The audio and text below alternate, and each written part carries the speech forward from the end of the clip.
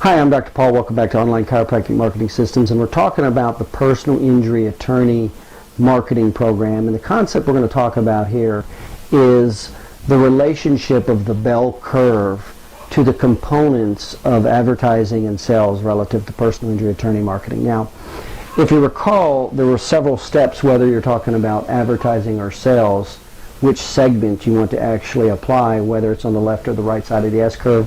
But just to refresh your memory, we're talking about the first thing you want to do is create your list, and your list is based on your demographics, your psychographics, geographics, and your psychographic barriers. And there's components within each one of these, and this is very important. This is what we cover. And then we have what's called the vehicle of communication, and then we have the USP, the unique sales position, what is the primary benefit to their primary need, and why you offer deadlines. So when we're creating our list for advertising and sales, primarily we're looking at the demographic, psychographic, geographic position, psychographic barriers, and the vehicles of communication. And remember, in the vehicles of communication, there were four primary ways to interface with a target market. The worst being cold calls, 1% possibility. The second being leads, is maybe up to 15%. The next is there's two different referral types. There's what's called a passive referral and an active referral. Active referral can actually generate up to as much as 55% business, and of course introductions give the absolute most at 75%. And the two factors that determine that, one higher being lower, is what's called trust and need. So how does this relate to the bell curve? Well, here's why. If you remember back in the school days, the bell curve, and it looks something like this. In other words, there's actually a sweet spot.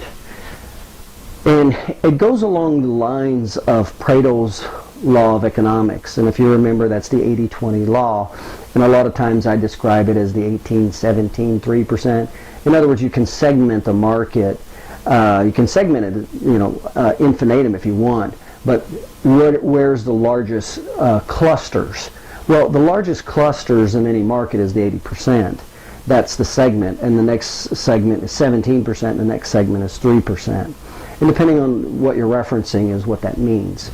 But essentially what happens when you're looking at the 80-20 rule is that there's always a majority, then there's a smaller minority, the 80% is the majority, then there's always a smaller percent, the 20%, and then what I call the 17, or the 3%, the small percent.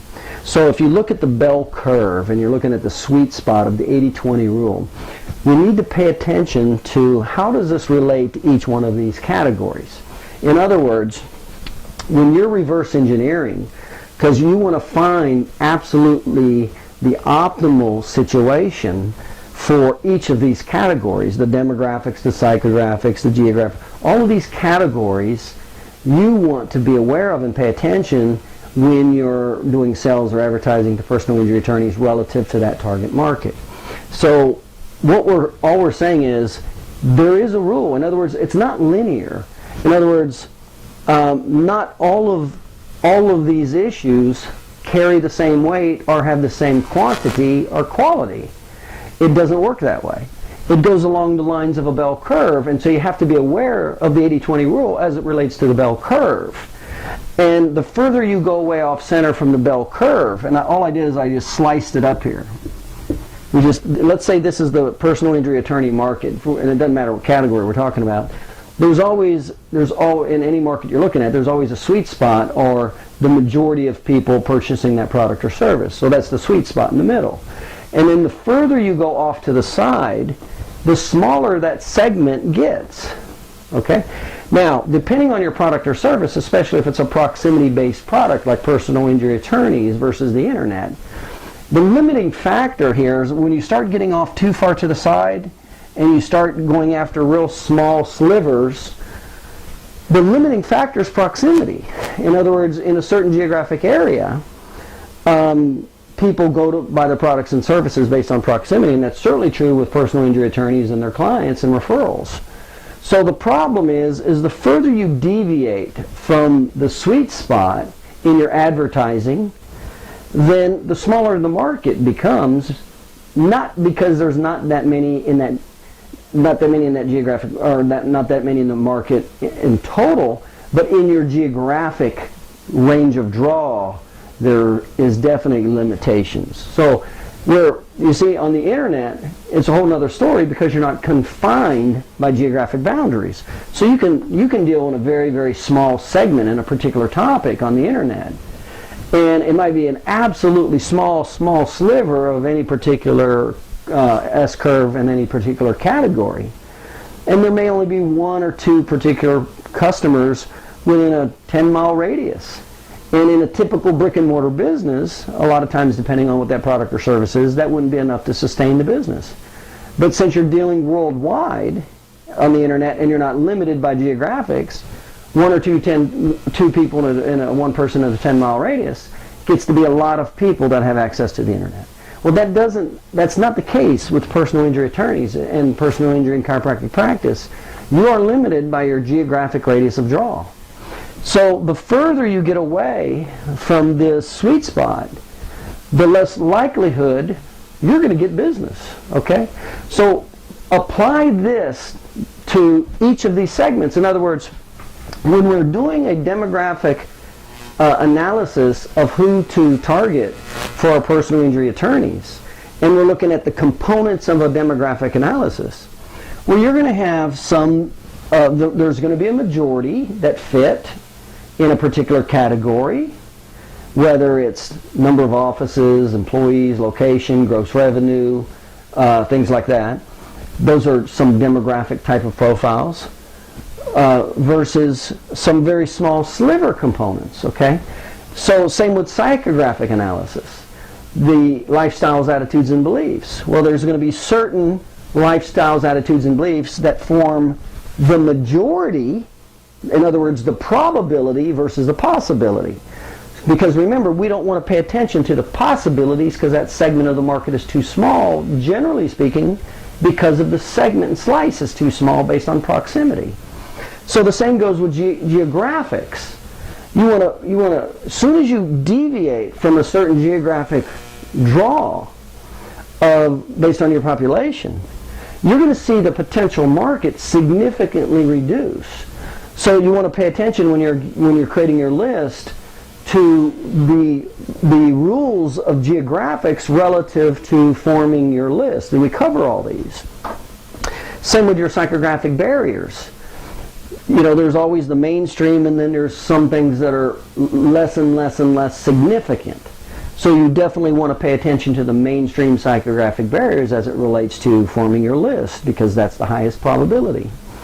And same with the vehicles of communication. Well, there's many ways to communicate, but there's a lot of slivers over here that are almost irrelevant and maybe not even used by that target market. And then there's a common sweet spot that the majority of them will use. And then if you deviate a little bit, there's still a larger number, but it gets small, and it starts to go down exponentially, not linearly. In other words, it doesn't go slow. It's not equal distribution in all topics. So pay attention to the law, the 80-20 law of utilization with probabilities versus possibilities. So kind of think to yourself, probability versus possibility, and don't get tied into the emotional possibilities. Stick with the cognitive statistical probabilities of these categories, okay? So you can imagine how far off you can go in your advertising or sales with personal injury attorneys if let's say you're way off here in one of these little slivers demographically, and then let's say you combine that with you're way off into one of these little slivers psychographically and geographically and psychographic barriers, as well as your vehicle of communication. Well, when you're off into a little sliver in many of these categories, you just destroyed your marketing. It almost won't even matter what your message is, how grand and how wonderful your message is. You've essentially put yourself in such a deep bad hole. So pay close attention to the sweet spot based on the 80-20 rule. They are not equal in their distribution. In other words, when we look at the categories of demographics, they are not equally distributed. They're not equally distributed psychographically. Okay? So that's the only point that we're trying to make here. Every time you're making decisions based on putting your list together, your gateways, your topics, your primary needs versus your service categories versus your obstacles. There's always a main sweet spot, and the further you deviate from that, the quicker, and that might not be a good word, but the quicker that advertising decreases its effectiveness that fast. So all of these are important when you're putting your list together and your message. So imagine if we were in the sweet spot, this 80th percentile, with the demographics of the personal injury attorney. Imagine if we were with the psychographics. Imagine if we were with the geographics when we're forming our list. Imagine we were with our psychographic barriers. We're in the sweet spot, not overall from the side.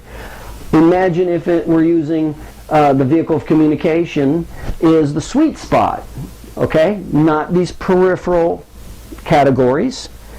And the unique segment position, in other words, what's the primary solution to the primary problem you're going to offer relative to the competition. Obviously, a lot of this is competition-based, and sometimes it is good to go to a secondary category and be number one in the secondary category as opposed to compete with a primary category. The question becomes is how large is the secondary category? And that is dependent on all these factors. So, same with solution. If you get too far off over here relative to solution, now it gets to be, there's such a small market for that solution that it becomes almost irrelevant or very small and very low chance of your advertising or sales actually working. So that's all the point we're trying to get across here is think of this bell curve, the 80-20 rule, relative to the bell curve, relative to advertising and sales. And the more of these factors that you can put into the sweet spot, in other words, be a primary or secondary player. Be in the game where the majority of people are in the game in every one of these categories.